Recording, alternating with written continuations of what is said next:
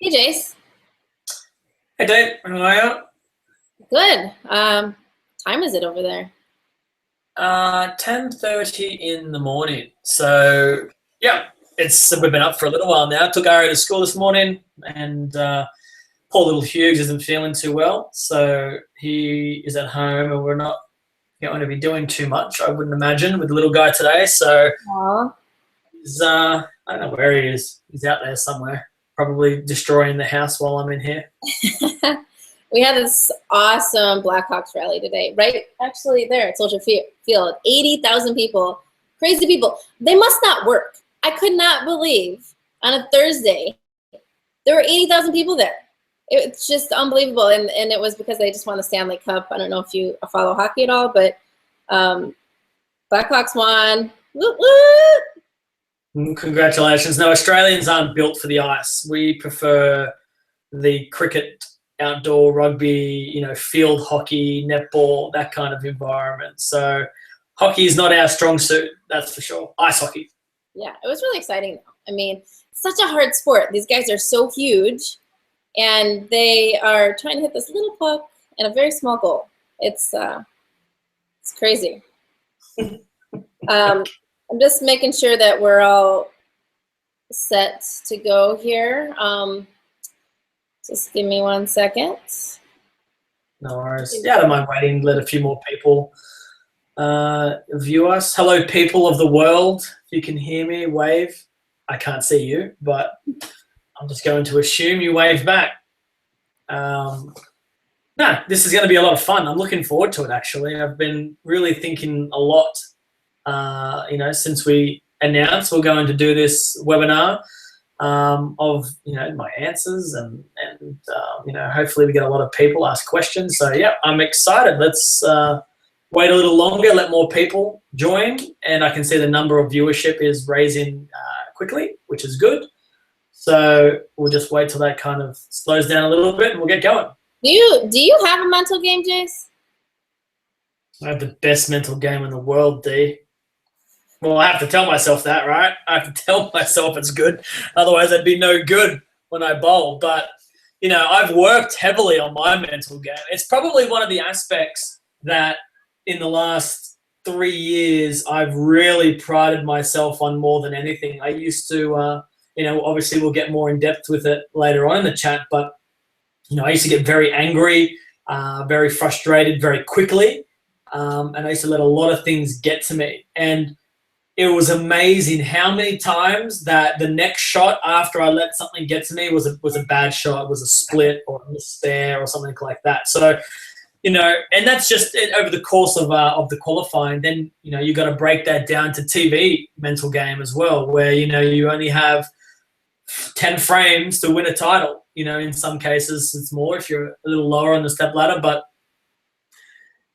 bowling, a lot of people don't realize that it is a marathon and sprint all at the same time. You have to be able to be focused for a very sharp and short period of time when you're bowling, but you have to be able to do that for a very long period of time. And that's difficult. You try and tell a lot of athletes. I have a lot of friends outside of bowling, believe it or not. I have friends. What? And yeah, I know, right? And some of them are pretty good athletes in other sports. I mean, golf in particular, shooting, clay target shooting. And there are a lot of similarities in these other sports in terms of, clay targets. These guys can be shooting targets all day, and a simple mistake can cost them the next cut. And I say to them, it's so similar to bowling. We bowl all day. It's coming down to the last shot. You need to strike to make it. That's it. It's same in shooting. It comes down to this target. If he misses it, he goes home. And, in both sports, we've been playing it for a long period of time already. So, if your mental game's not healthy and sharp, you're more than likely going to miss that shot. And hopefully we can tell a few people out there listening, watching, some of the tricks that we do to help.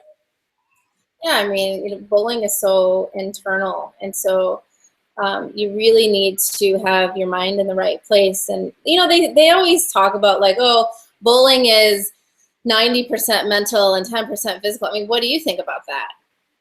Well, I just posted that question on my social networking to get a feel for what, my fan base thinks. And it was so funny because there wasn't really like one generic answer. Like, in a lot of questions that we ask, what do you guys think? There's like one answer that seems to be more favorable than the others. In this particular case, there was, I think my mental game is 50-50. Others were like, 90-10.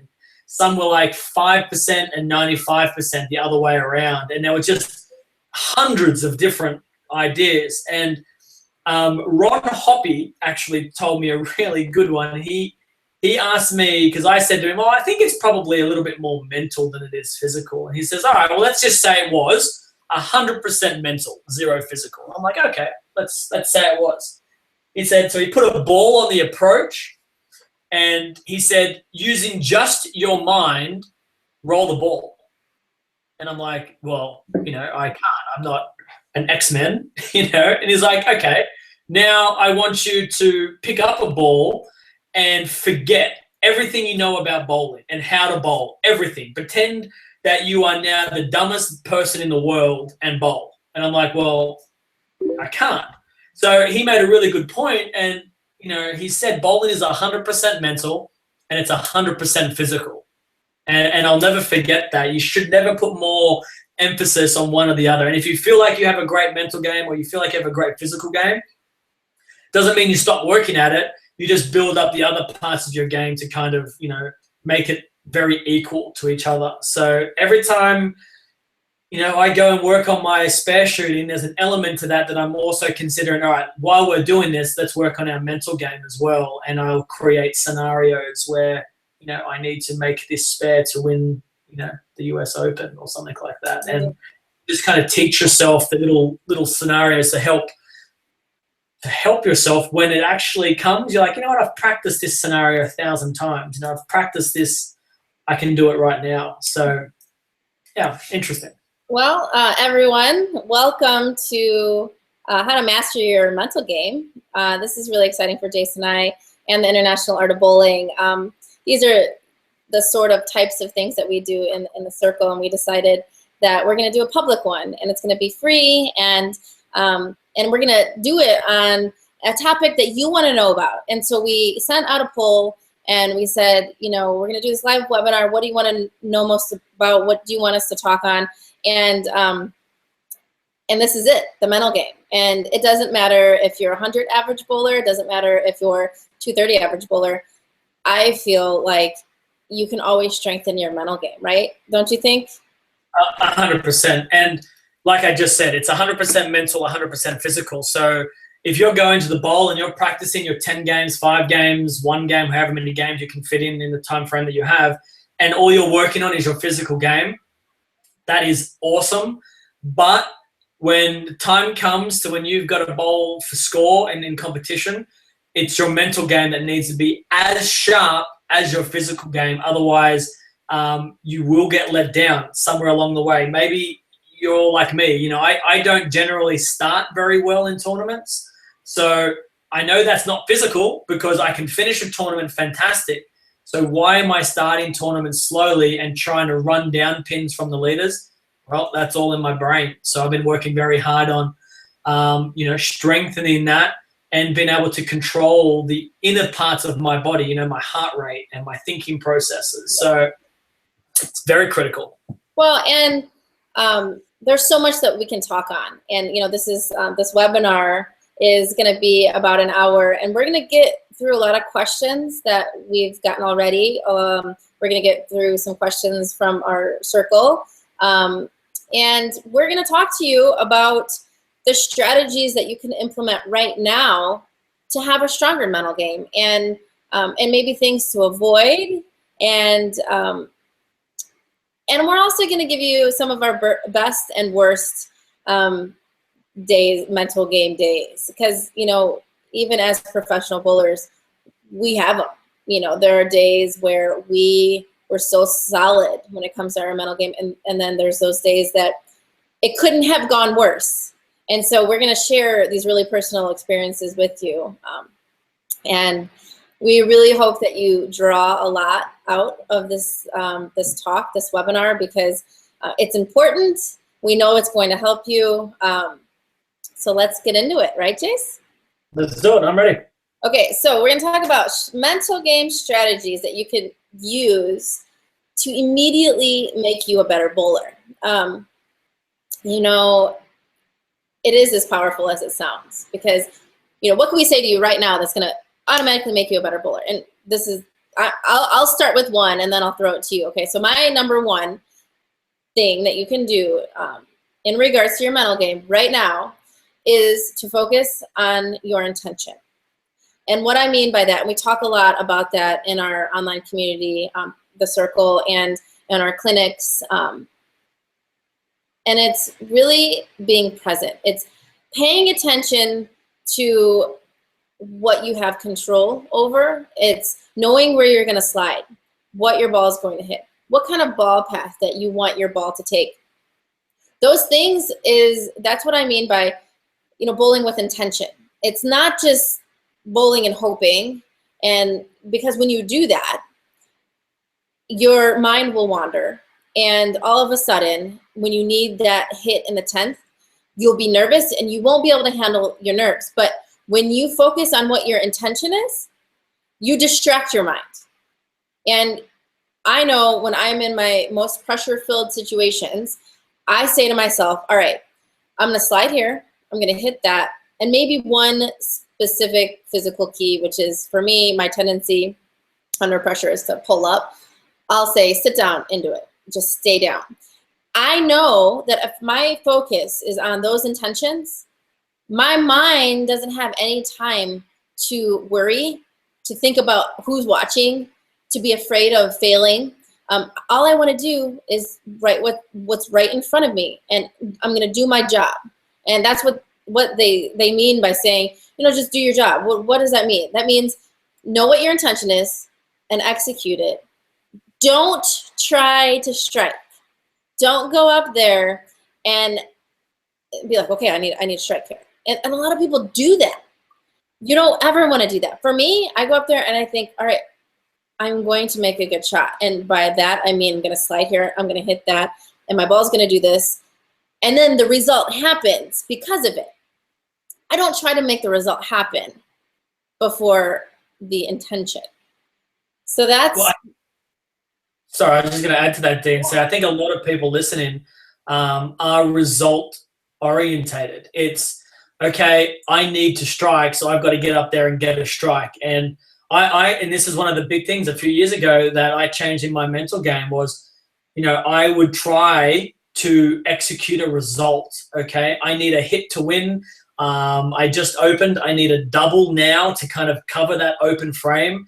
And everything was result orientated. And sure, when the result, and it's not a foolproof. I mean, there were plenty of times where I'd be like, all right, I need a strike now. And yeah, I'd throw a good shot. Now, that thought process, 1,000 times, I was making less than half of my shots. You know, I noticed that less than half when I was focusing on result orientation was poor. Half of the times was poor. So when you focus on your intention, on your process, all of a sudden now the result becomes irrelevant and is now just a byproduct of you performing your intention. So I completely agree with that. Yeah, and what strategy can you add to, if someone said, hey, Jace, give me one mental game strategy that will immediately make me a better bowler? I think visualization is huge. It's difficult. It is kind of tiring at first, and learning how to visualize. And I certainly am not suggesting that, you know, you need to take 20 minutes out of your day just before you start bowling to, you know, picture, you know, beautiful rainbows and a beautiful set. If that works for you, then that works for you. But I'm suggesting that, you know, and I've done it plenty of times, that in that critical moment, I close my eyes, or sometimes I can just think with my eyes open about the shot and actually almost watching it like a movie. I'm visualizing the whole scenario before it happens and how I want it to, you know, to finish. You know, so in my head, I have this visual Belmo here. He's walking on the approach. How's his hair look? His hand, and then he's gone to the approach and he's thrown the shot. I can see the shape of it. I see the pins explode, and sometimes I've even celebrated in the visualization. I've actually thought, what would it be? What would it feel like? What would it look like to actually win? So I do all of those things, and then all of a sudden, when I step up and it's real life, it's easier because it's happened before, and I can continue to kind of think back to that feeling like, okay, you've just done it. Let's go do it for real now, and it makes it a lot easier. Yeah, no kidding. How does your hair look when you visualize yourself? Is it good? Diandra. Hey, Bill. I finally got the software downloaded to my computer, but I can't see me. I don't know if my pictures. We can hear you, and we're live, so we're. All right, we can see a picture of you 60 years ago. That's my grandson. Yeah, I don't even think that's going to come up. But Bill, you came in at a good time. I'm glad you joined us. We're talking about if somebody came up to you and asked for one mental game strategy that will make them a better bowler immediately, what's your answer? We've already touched on visualization and intention and process, just so you don't have to repeat those. Yeah, that's one thing that would make you better immediately, and you've kind of covered a little bit, but for me, telling people it's just focusing on what you're going to do, and even right from the first ball you roll, you have to be absorbed into what you're going to do and how you're going to try and do it. If you every shot you lose without trying to figure out what you're doing, it puts you one step behind the mental side of it. And I see an awful lot of people that bowl, and when they're doing okay and they're having fun and everything and talking, and they're not concentrating on what they're doing, as soon as that streak of strikes ends or something changes, they're not keeping in connection with what they had been doing, so they're not ready to make the change. So it's total focus, and for me personally, I have to really internalize myself or get inside of myself to get inside of my game.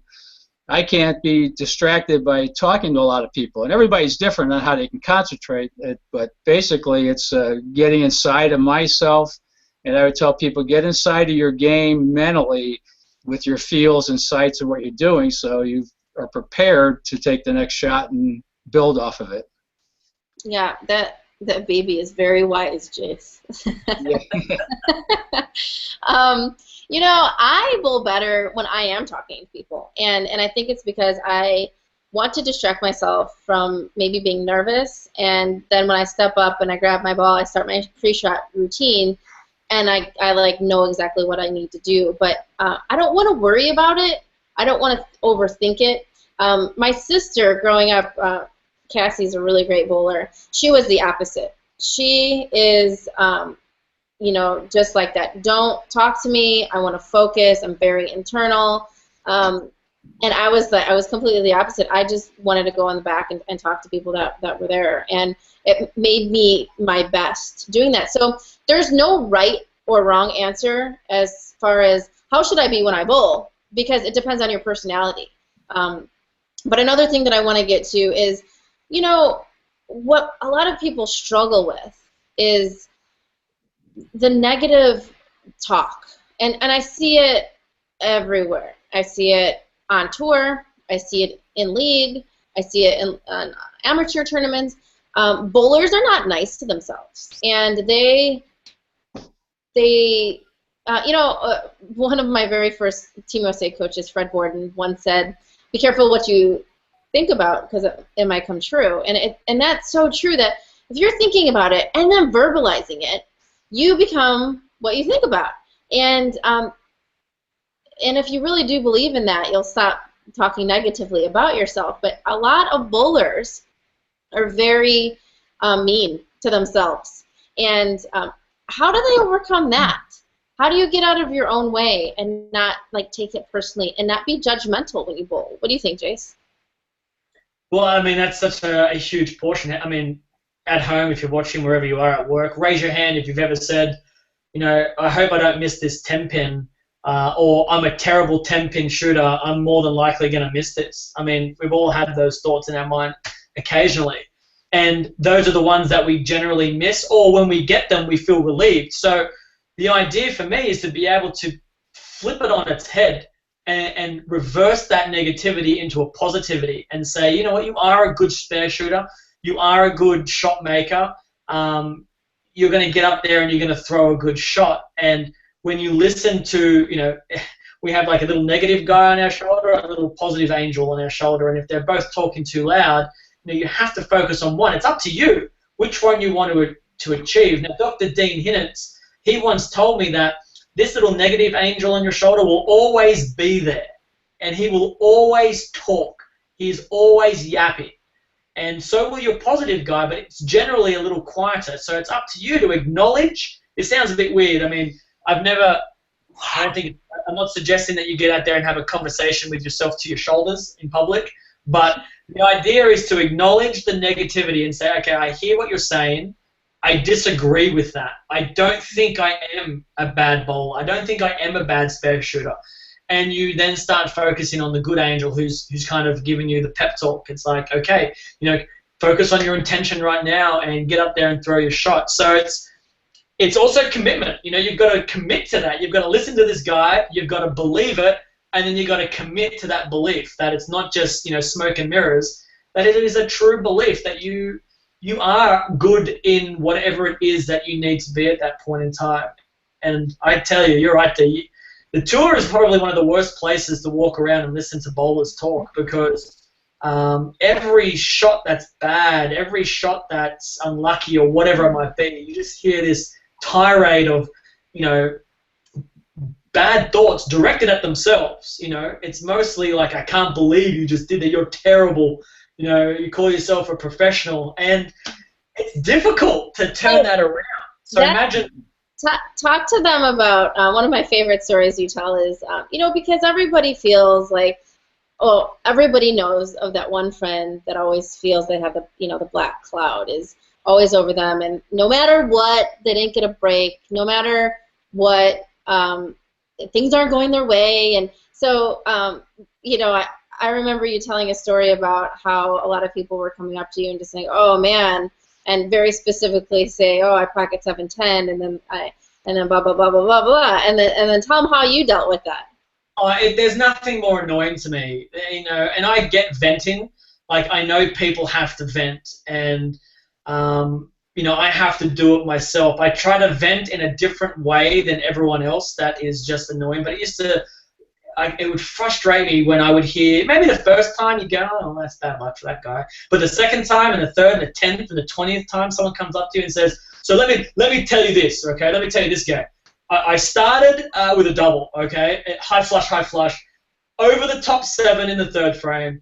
Then I went ring 10, pocket 710, pocket 710, 4-9, ring," and I'm like, holy crap, this guy is the unluckiest guy in the world. And then that would be fine if it was one game. He then said, "Oh, wait, let me tell you about game 2. And he'd go through every hit that he missed, and it was wearing on me. I was getting tired, and I felt the negativity transferring to me. I'm like, this is no good. So I used to kind of flip it again on their heads a little bit, and when they were done venting about, complaining about the lefties, the righties, the bad carry, the sticky approaches, or whatever it might be, I would just say, you know what?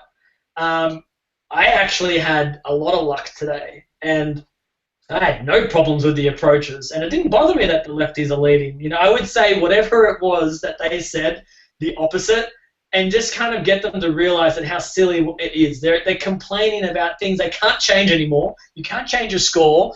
And, I mean, everyone leaves ring 10s, okay? My ball leaves ring 10s. And my understanding is if a ball going at 19, 20 miles an hour can ring 10 with 600 RPM, then yours can too, okay? So it's going to happen, and that's kind of how I started. People stopped complaining to me. They stopped after I kept saying that, "Oh, really? You were unlucky? I had I had all the luck in the world. I should be 100 pins behind where I am, but I'm actually really lucky to get where I got to. Whether it be true or not, it was irrelevant. And then all of a sudden, these people stopped complaining to me, and I felt like, oh, this is nice. You know, now the people who are talking to me are talking about good things that happened to their games. You know, good ball changes they made, good line adjustments, you know, good hand position alterations, and all of a sudden, I started being a better bowler. My mental game got a lot sharper because now I didn't have this weight like, oh, I left the ring 10. Oh, I remember that was exactly what that guy said. He left like 10 of them. Oh, I think that's going to be me now. I'm going to leave 10 of them. And it's a nightmare to even go through that. So, yeah, surround yourself with positive people. Yeah, definitely. And Bill, do you have anything to add to that when people are struggling with negative self-talk? Yeah, it's hard to get out of. I love Jason, what he did there. I'm going to remember that. So normally you do have it, people to give you the blow-by-blow description of every single frame, and we all have it because at the skill level that Jason's playing at, you're playing at, I played at, the pocket is given to you by your ability to make shots and line up. The ability to carry is not, and you have to figure out the right angle. So I've always taken a posture that you get what you deserve, and if you're not good enough to make the ball go through the pins at the right angle, then you have to learn to get better at it. Yeah. And there's not that many bad breaks. You do have sometimes you have some bad breaks, but overall, your object is to hit the pocket. Your next object is to figure out how to carry, and the mental side of it, if you start getting negative of it every tap, then you're going to distract yourself on making a good shot. So personally, what I've always done, I never got upset if I left a solid 8, a solid 7, or a ring of 10. I felt that I wanted to make that shot again, and with maybe a little tweak in what I did to get a little bit better angle, a little bit higher quality shot. So the mental side of it is for me staying focused on what you're doing, and the game is in streaks. You get a streak going where you strike like mad, or you spare and strike, and then all of a sudden. But the thing is, if you get so upset over taps, and then you start trying to find a miracle way of doing it, and you lose track of your mental game as far as playing the game, and then you lose track of your physical side of it, then you don't have any game. So you just gotta stay within yourself and make your shots, and not let the bad stuff bother you, because it's really not bad stuff. It's just not everybody has the talent to be as good as a Jason or a Walter Ray or somebody that can get the angles to carry. So if you let that bother you, that'll distract you from being as good as you can be at your skill level. Yeah, definitely. It's good advice, wise baby man. All right, we've got a bunch of questions coming in. We have a lot of viewers. Thank you for joining us on Mastering Your Mental Game. If you really love this, then maybe we should do some more. These are things that we do inside our bowling online community called The Circle. The doors are shut right now, but they might be opening soon. Yeah, we have these monthly hangouts where we discuss lots of different things. And we talked about, everyone talks about getting in the zone. And I think the first thing that we talked about on this webinar is goes back to how to get in the zone, and it's the visualization, right? It's having intention. What are other things that people can do to get in the zone? Because everybody wants to get in the zone, and after we talk about this, we're going to get to a bunch of questions. But my answer to getting in the zone is something that we haven't said yet, like, being present, drinking a lot of water. When your nerves get to you, it's hard to handle. Your heart is beating fast, you're sweating. Drinking water helps you.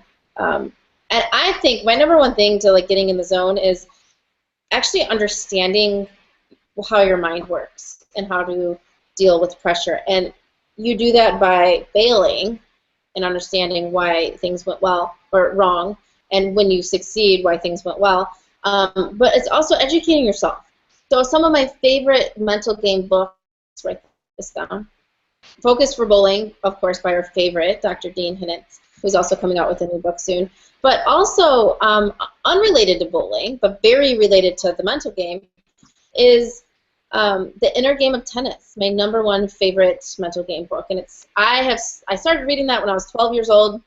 I must have read it 80 times. It's one of those books you can just open and read. It's awesome, and you'll learn a lot about concentrating, dealing with pressure, breathing, visualizing. Everything is in that book, and it's great. What do you think, Jace? How do people how do you get in the zone? I use a trigger to get into the zone, and we compete or we bowl for, depending on what it is, but even league nights, sometimes it's a few hours. So being in the zone for a few hours at a time can be very difficult to stay there.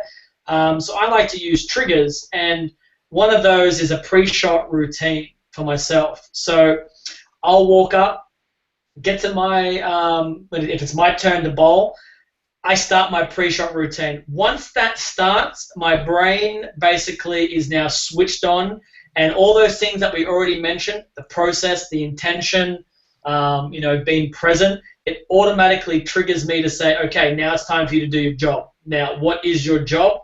And we go through those processes, and it allows me to do it. Now, if I didn't have a pre-shot routine, I think my brain would probably be a little bit distracted when it was time to bowl. Maybe a conversation I just had with someone would pop back in there and I'd laugh about it, or maybe I'd be concerned about the result instead of the process. So the pre-shot is a way for me to say, now that you have started this, your job is about to start. When you let go of the ball, you can think about whatever you want. I mean, I don't care, but once that ball is in your hand, and once you're preparing yourself to pick that ball up, your job starts. And it all starts with, for me, a little drink of water, and then, drying my hands over the ball return. That's over the air blower. Once that starts, and usually my leg is, usually I got my leg up on the ball return. So it really annoys me when there's no ball return there to put my leg up on. I don't know, I feel naked. I'm like, what do I do with my leg? But that's, for me, that's how I get in the zone. Just bang, I'm ready to do it. So if you haven't got a pre-shot routine, you should have one. Definitely. For those of you that are just joining us, the little baby next to us here is actually Bill Spigner's grandson. He's behind that baby. And Bill, what do you do to get in the zone? I go have a glass of wine and some food and just relax a little bit, and I get ready to bowl. No, it's an ongoing process. When I was younger, it was very easy to always be in the zone to bowl, and when I was young and not married with kids and stuff, because my whole life was focused on bowling and I didn't have the outside distractions. As you get older and you have more things involved in your life, it's harder to stay as focused. If you're a league bowler going to bowl once a week and you're out with the guys and stuff and the girls, and it's hard to get focused on that night. Bowling in league, I bowl with the same guys for the last few years, and we have ups and downs a lot with our team focus. And sometimes when things are going okay, we're focused really well. And actually this past year we had a really good year of focusing and communication. And I would say for league bowlers to stay focused, you have to communicate with your teammates about what's going on in the lanes and what you're doing and how you're approaching the shots. And in between the shots you could have some chat, but you have to have some connection with your fellow bowlers about what's going on. And everybody has difficulty focusing really hard in leagues, and you could overdo it too to get to the point where you're not enjoying yourself. For me personally, staying focused, it's always an ongoing battle, and if you let the outside distraction get in, the negativity of things, and listening to other people, like Jason was saying about the blow-by-blow description of every shot, they're distracting you, so you got to get away from the negative thoughts and the negative people. And you personally have to know for yourself what makes you tick and how you stay focused. Like Diandra, you like to talk. You have a lot more fun bowling than I have because you're much more social. So and that's a really great thing to have. I remember Wayne Webb, when he bowled on tour, he'd be back there talking to people all day long, and he told nothing but strikes. If I did that, I'd be a scatterbrain. So it's just it's so different. It depends on the person, but you got to know yourself and what makes you tick, and you got to not get lost within yourself, so you can stay focused on what you're trying to do. Yeah, exactly. All right, so now at this time of the show, we're going to get to a ton of questions. And to say, Can I add, Diandra, I don't mean to interrupt. One thing, Umletto Monticelli just won a senior tour event. Yeah. On tour his second year, and obviously an ABC Hall of Famer, USBC Hall of Famer rather, and PBA Hall of Famer. And his quote, and I thought this was nice to bring up tonight, he said, "I still have the tendency to get down on myself and get mad when things aren't going my way. It's something that I have to keep working on and don't let it get to me. I think I have too much expectations, just need to relax. Sometimes before each squat, I will do a little meditation, which helps. But sometimes I need to tell myself to let it go when I throw a bad shot or get a bad break." Okay. This is a guy that's a Hall of Famer that's still working on his mental game and the process of getting prepared to bowl. And he also said, "I had a game plan for what I wanted to do because I could see how the lanes were changing in the previous matches. I basically took a guess at what ball that would work best, and it all came together very well." So that's another mental decision he made, and he knew he had to take a guess on a ball and commit to that ball, and it ended up working well because he worked well. But you can still see, all of us, it's an ongoing process in the mental game to learn more about what we have to do, and everybody has a self-doubt, everybody gets mad, and just like if Umletto is still working at it, we all should work at it. I just wanted to share that I read that today.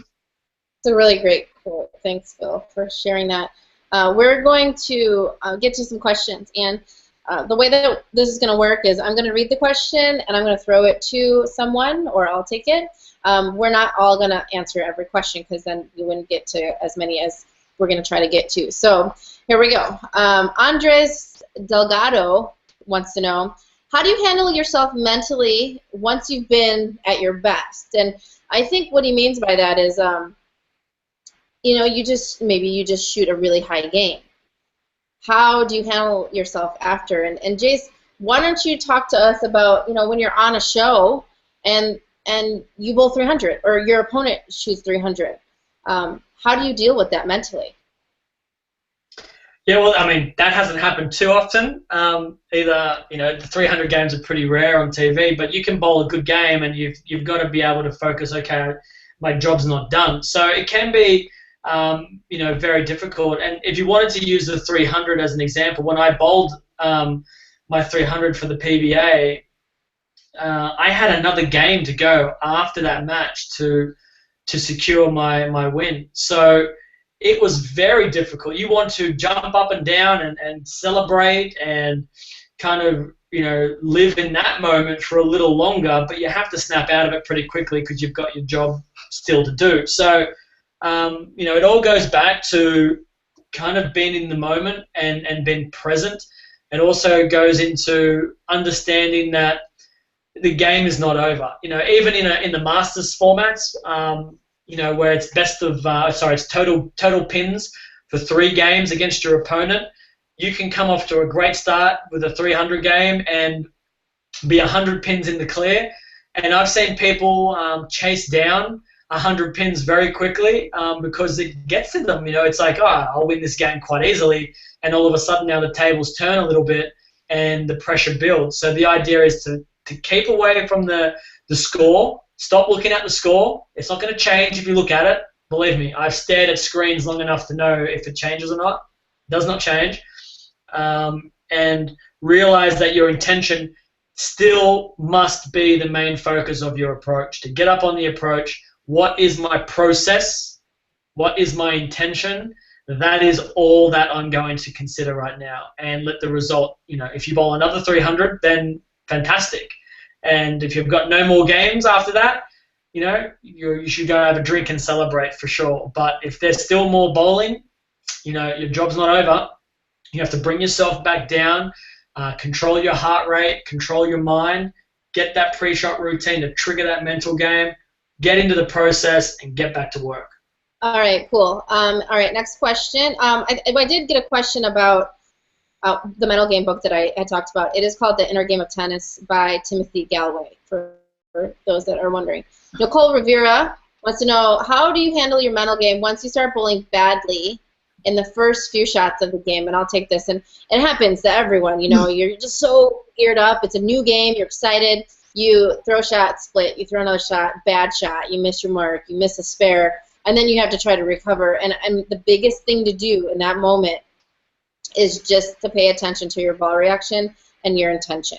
It's get lined up, watch your ball, listen to your ball, and make moves. Do not judge yourself. So many times we're bowling, and you throw a shot, and you're like, oh, I'm so dumb.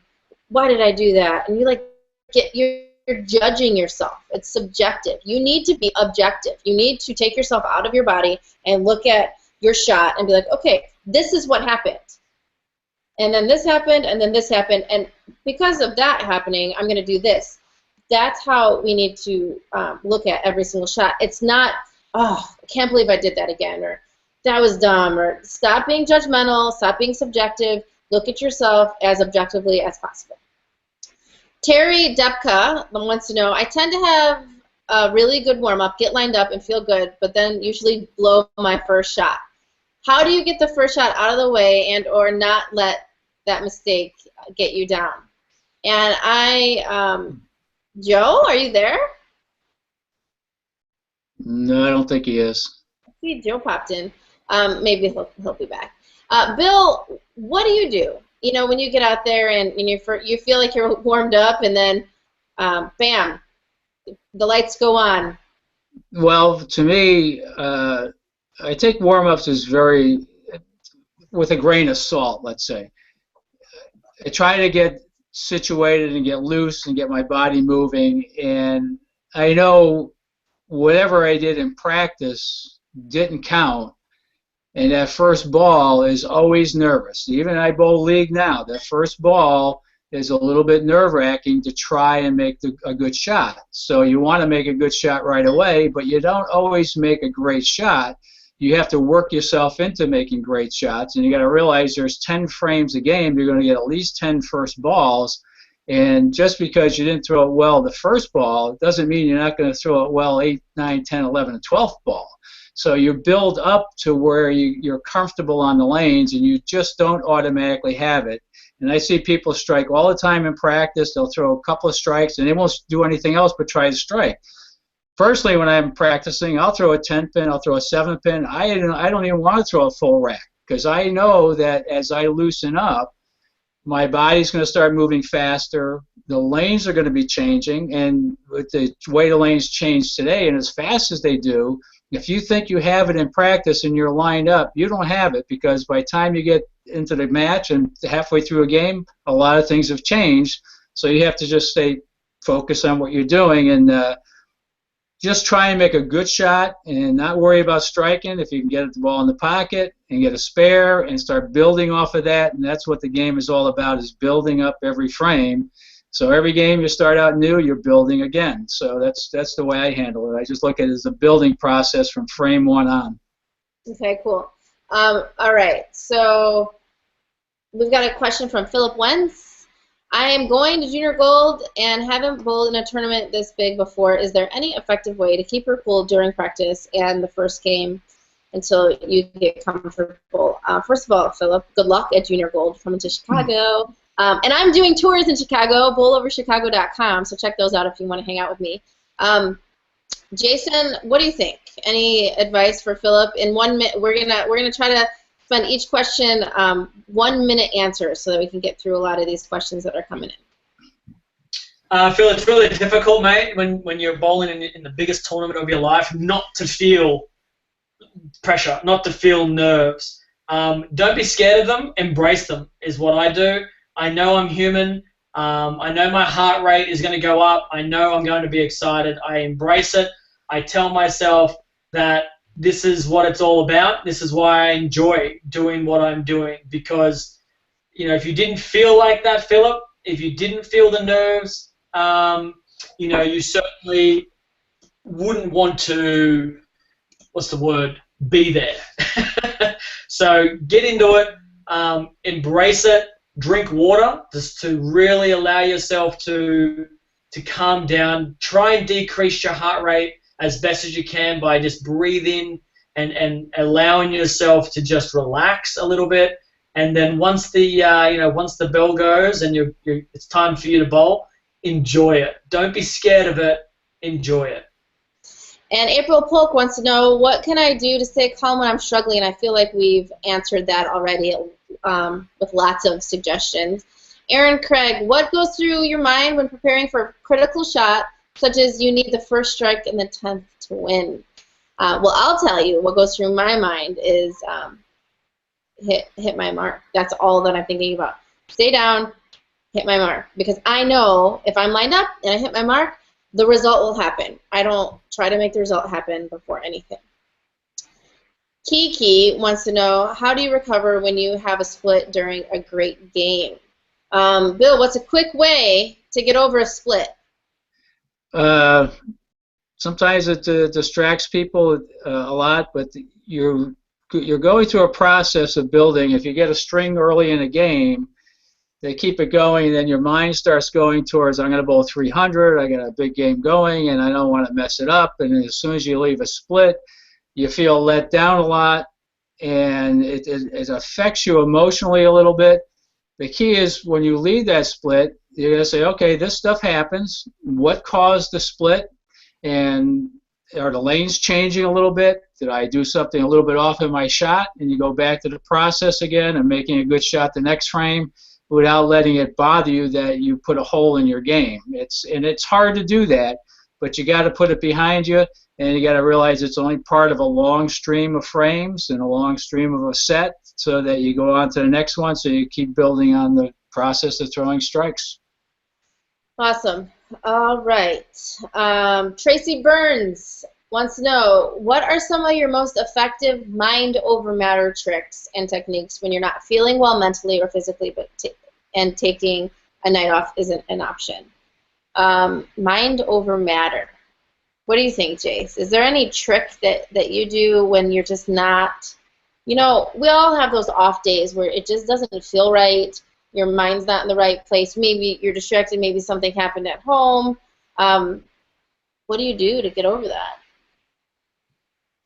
Well, in relation to bowling, let's say I'm just lost my confidence, okay, and I feel like it's really affected my game, the confidence, I'm not throwing good shots. There's a trick that I do, and it's not easy, but I have to basically convince myself of the truth.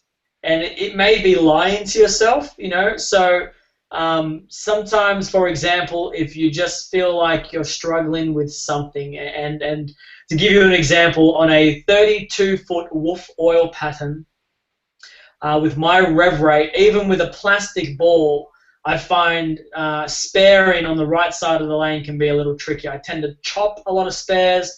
Even a 10-pin, I feel like my margin for error is just so small because of that rev rate. It just wants to hook. So I'll start a tournament and perhaps I'll miss a 10-pin or I'll chop a spare early. The next time that I see that, there is doubt, I've lost confidence, and I have to trick myself and basically say to yourself, you are a phenomenal spare shooter at this. You are the best in the world on 32 feet at sparing this spare. And all of a sudden, yeah, sometimes you kind of laugh with yourself. You're like, you're so full of it because you're not. But sometimes it gets through. And you're like, you know what? You're right. I am a great spare shooter. And if I hit my target, if I focus on my intention, instead of worried about making the spare, I will make the spare. So I do. That's the mind over matter. I trick myself into believing something that, reality may not prove it. I'm certainly not the best spare shooter, especially on shorter patterns, but I believe that I am when I'm bowling on them. Otherwise, I don't have that confidence. Yeah, that's great. We've got so many questions coming in. We're not going to be able to get to them all, but just worth mentioning, we have a lot of forums in the circle, and there's a lot of this discussion with members, with coaches, often. So Even though we can't get to everyone's question on here, there will be an opportunity if you guys want to be a member of the circle in the very near future. Frank Russell, speaking of the circle, he's in our circle. He wants to know, besides pre-shot routine, are there other mental game drills that we can do to practice and sharpen our mental game? And I think my answer to that, just real quickly, is visualizing. It's a huge thing. And is it hard? No, it's not hard to visualize, but it does take discipline. And that's the hard part. It's actually doing it because it takes effort. So try it out, everyone. When you're laying in bed tonight, try to go through a game in your head. It's very hard to do. You'll fall asleep, and that's fine because your mind, it's the last thing that your mind is thinking about. But, make sure your shots are perfect. Make sure that you're simulating in your mind what you're going to feel the next day or whatever tournament or league you're bowling in. But visualization is so powerful, you guys. All right, Tyler Grull, how do you deal with a lengthy break between shots, like on ESPN? How does that differ if you're locked in versus searching for a line right ball during a one-game match, Jace? Look, coming out of the ad break is probably the hardest thing in the world to do because especially if you're bowling well, you're in a really great rhythm.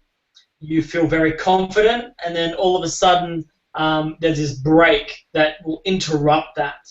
So I tend to and generally don't like to sit down. In that break, if I'm seated, I feel like my bones and my legs and my muscles in my arms, everything kind of tightens up a little bit, starts to get a little bit cold. So I like to walk around a lot in that break. I'm always asking Dave Schroeder, who is the producer for the show, how much more time do I have, Dave? How much more time do I have? So I know, when I should be seated in my seat. But I'm walking around. This is usually a good time that I pop up and look around and enjoy where I am because it's a privilege to bowl on ESPN. So I use that time to do that. But I'm stretching and I make sure that my body stays warm. The one thing that I make sure I do not do is look at the scoreboard. Whether I'm up, whether I'm down, that is completely irrelevant. I almost want to start the game fresh, as if it is the first frame coming out of the commercial break is frame 1. I'm going to do this all over again. And sometimes for me, if I've got a lead, I tend to feel like, oh, good, I can make a bad shot and still be okay. I can still be in the lead if I throw a bad shot.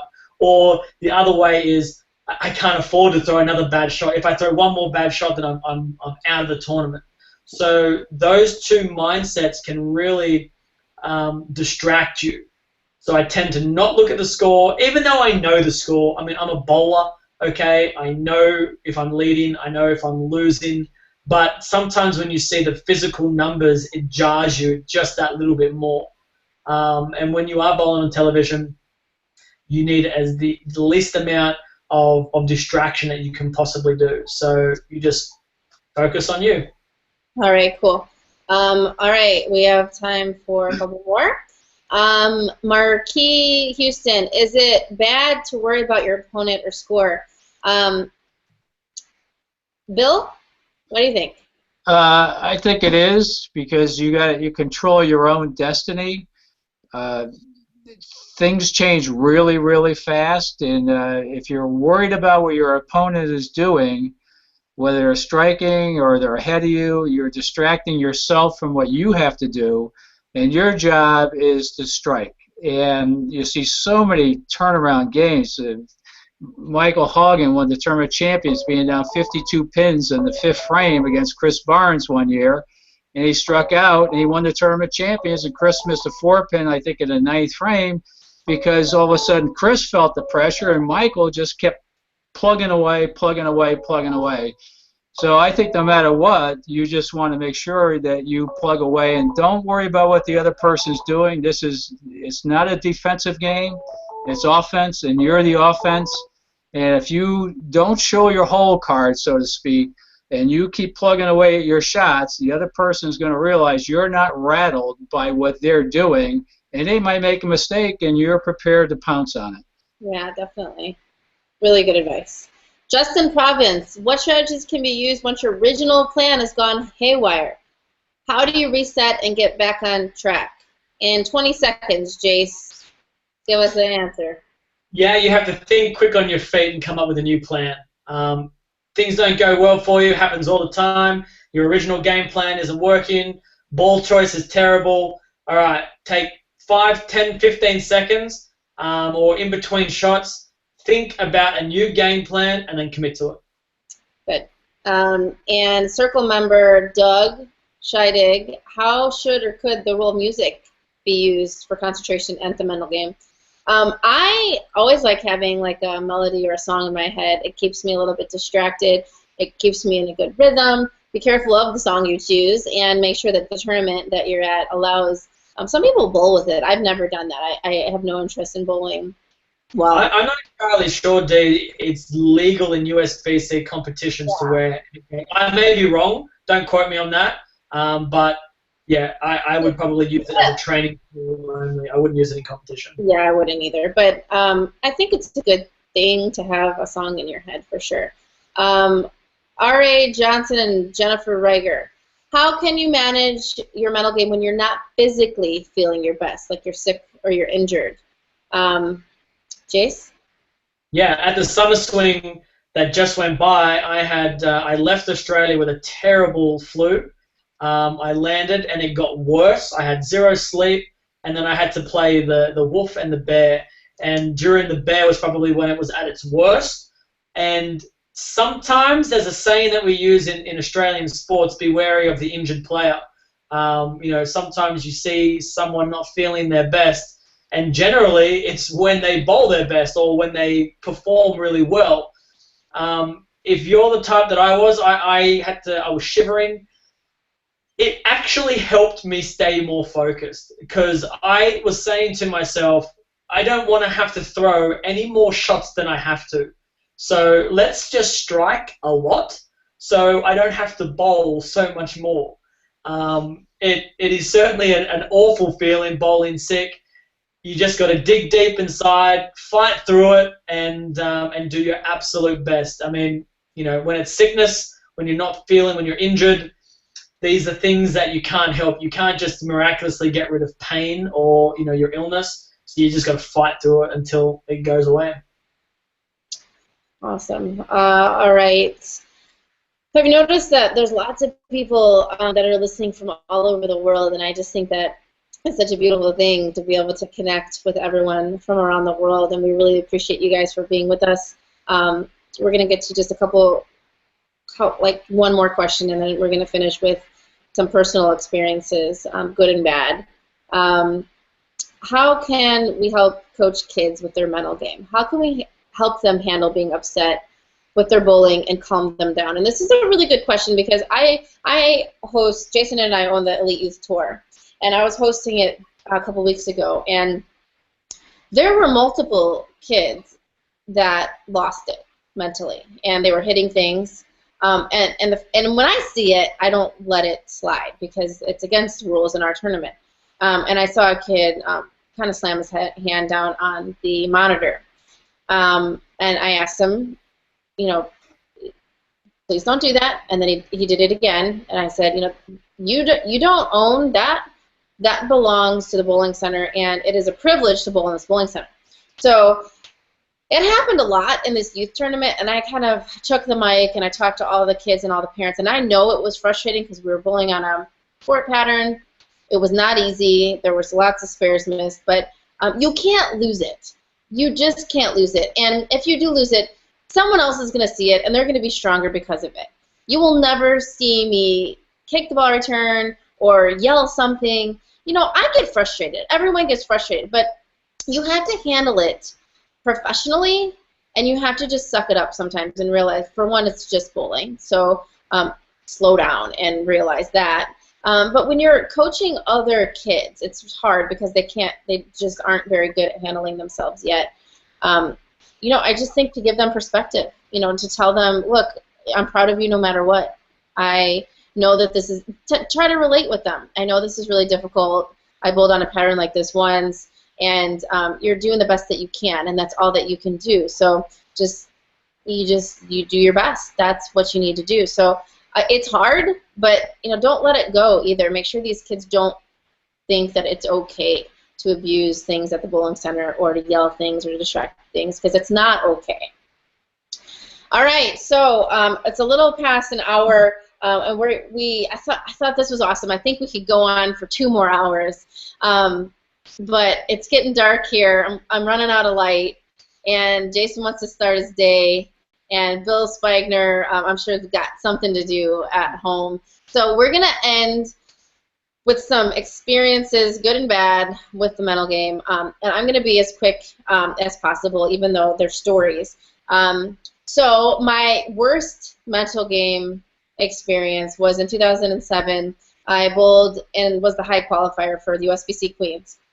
I led all week, did great, felt like it was my tournament. I felt like I had won the tournament, the live TV finals, first time I was ever on live TV, and it's a different animal for sure. They were running behind. They mentioned to me, you got to keep it moving because we're running a lot behind schedule, and this is not their fault. This is my fault because I listened to them, and I rushed through it all. I never was myself. I never felt like me. I never was able to just be. I was worried about things. I was looking around. I was distracted. I was pulling up out of my shots. I was missing spares. I was doing every single mental mistake in the book, and I prided myself on being so great mentally. I didn't understand how I could just not be me, and I was rushing. So then all of a sudden the game's over, and Kelly Kulik won by a lot, and I bowled a horrible game on TV, and I was mortified, and it was devastating. But I learned a lot from that, and even though, because it hurts, like it hurts your heart when you have such a big loss, but I was able to learn from it, to breathe, to understand that I'm going to go when I'm ready to go. And all of a sudden, fast forward to 2012, I'm on the USBC Queens show again, and I'm going to be me. And that was for my very first major. I knew all the mistakes I made in the past. I was going to enjoy where I was. I was going to slow it down. If I got a fine, I was going to pay it. I'm not going to go if I'm not ready. I'm not going to go unless I'm ready. And so I did. I really, if you go and watch back that 2012 Queen show, you can tell how much I'm enjoying it. I'm smiling. I'm focused, but I'm aware of what's happening, and because I didn't want to lose that moment, I was able to make great shots and focus on my intention. And then there I was standing in the 10th frame of the final match, and it was a dream that I've always had since I was a little girl, and it was, I've got the opportunity to throw the ball in the 10th to win my first major, and I needed a strike. And my first thought when I stood up there, I remember it very vividly. It was actually of my son. I stood up there with my ball, and I was ready to go, and I saw his face, and it was as if to say, it's okay. It's just bowling. Just bowl. No matter what. And I was able to make a good enough shot to strike and win. And I'm telling you, I didn't win that. I wouldn't have won that if I didn't lose in 2007 so bad. So learn from your experiences, and when it's really bad, realize there's a reason, and it's because later it's going to be better. Jason, what's yours? To pull one out of the bunch that's bad, there's been a few. I'd probably go way back before my professional career, which was when I was an amateur bowling the high roller events. These events were very cutthroat, knockout. Must strike now to advance in the tournament. And probably the saddest I'd ever been mentally was playing these amateur events and maybe missing 20 attempts at progressing, making the cut, making the money, winning something.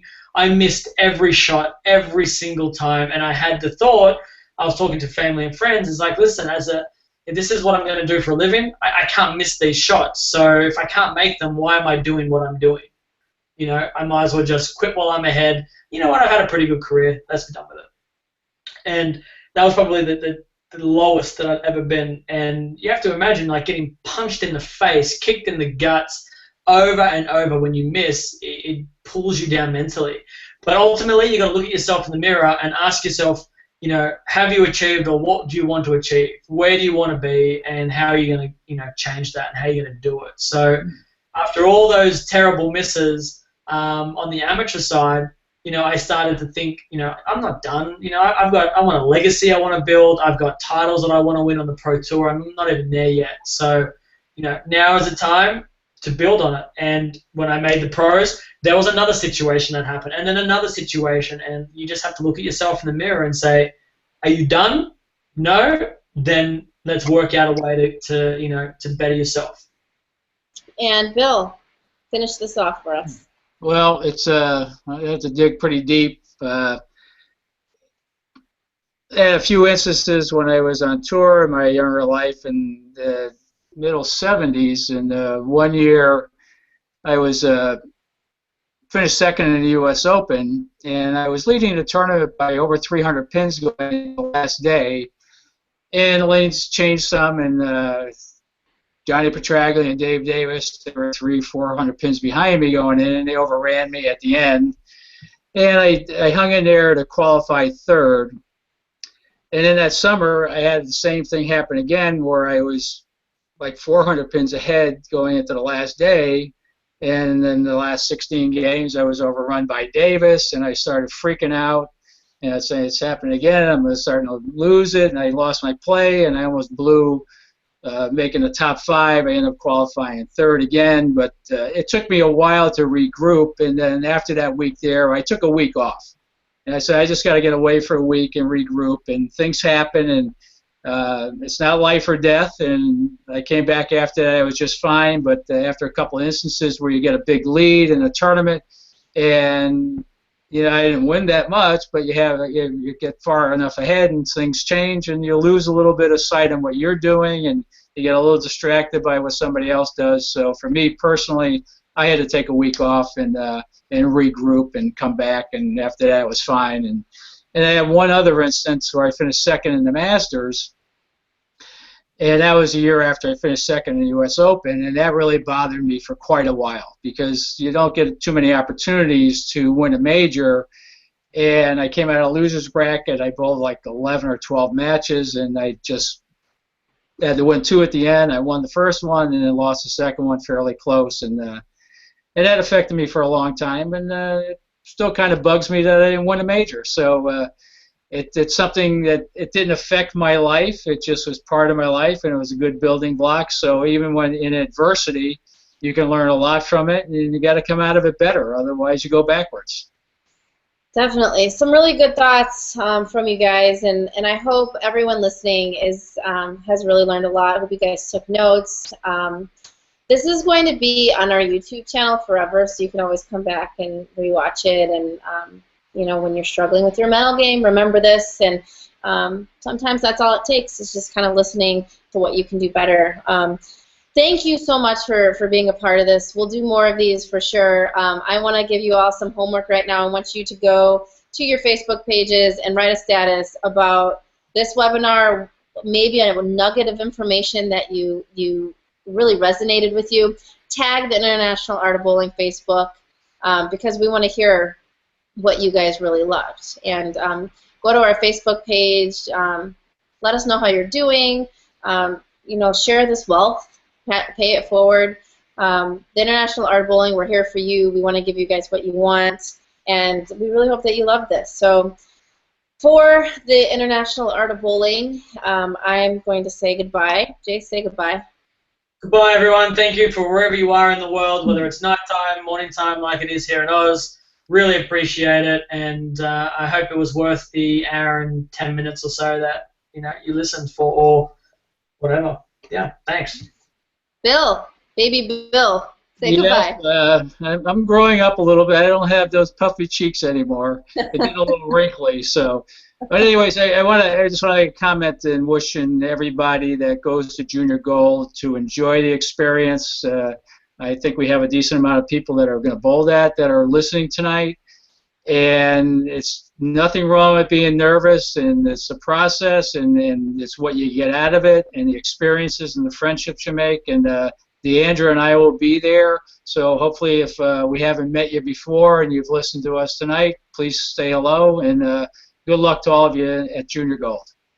Yes, very all the best to wherever you're gonna go and bowl, whether it's Junior Gold or league or you know, you guys need to realize that what we said, you don't have to be professional bowlers to use this stuff. That doesn't matter your level, doesn't matter your average. This is good, really good stuff, and we can't wait for the next one. We're gonna let you guys go until the next time. Goodbye from us, and thank you for joining us. See ya. Bye.